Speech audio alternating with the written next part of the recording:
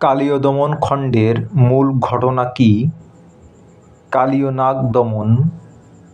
শ্রীকৃষ্ণ কীর্তন কাব্যের তৃতীয় সম্পূর্ণ খণ্ড কোনটি? যমুনা খণ্ড বা বস্ত্রহরণ খণ্ড।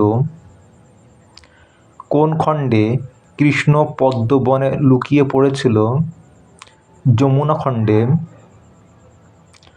বৈষ্ণব সমাজে কোন খণ্ড সাড়া ফেলেছিল? যমুনা খণ্ড। কোন খণ্ডে চৈতন্যদেব অভিনয় করেছিলেন? যমুনা খণ্ডে। কোন খণ্ডে গজমোতি হারের কথা বলা হয়েছে? বস্ত্রহরণ খণ্ডে। কোন খণ্ডে ধামাল বলদের কথা উল্লেখ আছে? হার খণ্ডে।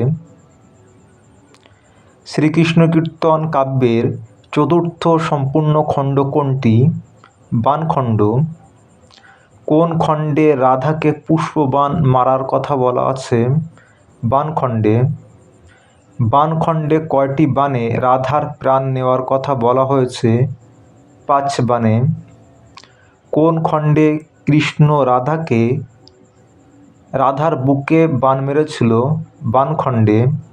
কোন খণ্ডে প্রথম বড়াই কৃষ্ণকে দোষারোপ করে? বাণখণ্ডে। কোন খণ্ডে বসন্ত ঋতুর কথা উল্লেখ আছে? বংশীখণ্ডে। শ্রীকৃষ্ণের বাঁশির ছিদ্র সংখ্যা কয়টি? 7টি। শ্রীকৃষ্ণ রাধার বাঁশি চুরি করে কোথায় লুকিয়ে রেখেছিল? কলসিতে। কোন খণ্ডে রাধা এক রাত্রে কৃষ্ণ মিলনের স্বপ্ন দেখেছিল? রাধা বিরহ অংশে। কোন খণ্ডে রাধা মোহিনী বেশ ধারণ করেছে? রাধা বিরহ অংশে। রাধা বিরহ অংশে একমাত্র কার ভূমিকা আছে? রাধার।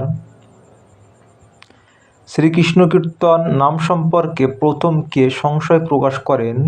ডক্টর মোহাম্মদ শহীদুল্লাহ। কৃষ্ণের সঙ্গে বড়াইয়ের প্রথম সাক্ষাৎ হয় কোন খণ্ডে?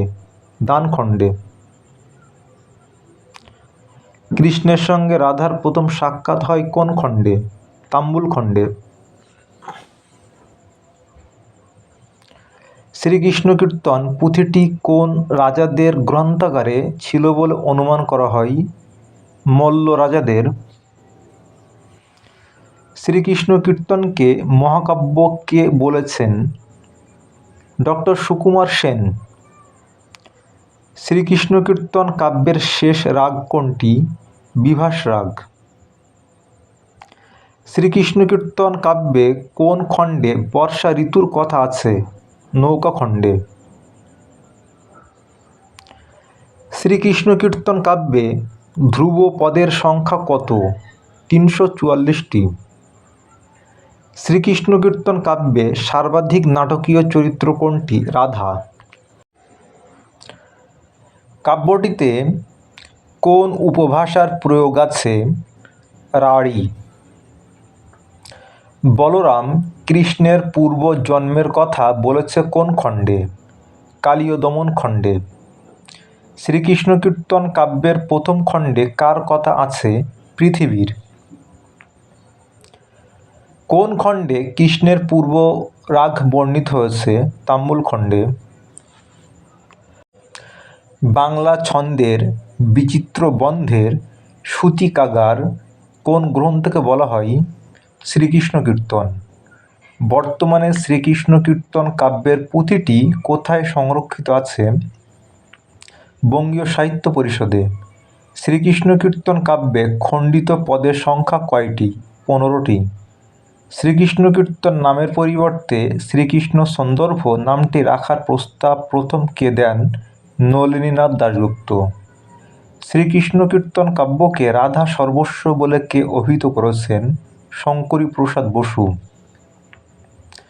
এই কাব্যে কোন বিদেশি শব্দের প্রয়োগ দেখা যায়? ফার্সি। শ্রীকৃষ্ণ কীর্তন কাব্যে মোট প্রবাদের সংখ্যা কত? 44টি। বসন্তরঞ্জন চণ্ডীদাসকে কি বলে উল্লেখ করেছেন? মহাকবি চণ্ডীদাস। বসন্তরঞ্জন রায়ের বাড়ি কোথায়? বাঁকুড়া জেলার বেলিয়াতোড়ে। শ্রীকৃষ্ণ কীর্তন কাব্যের জীবন্ত চরিত্র কে? বড়াই। জন্মখণ্ডে পদ সংখ্যা কয়টি? 9টি। তাম্বুলখণ্ডে পদ সংখ্যা কয়টি? 26টি। দানখণ্ডে পদ সংখ্যা কয়টি? 112টি। নৌকাখণ্ডে পদ সংখ্যা কয়টি? 30টি। ভারখণ্ডে পদ সংখ্যা কয়টি? 28টি। ছত্রখণ্ডে পদ সংখ্যা কয়টি? 9টি।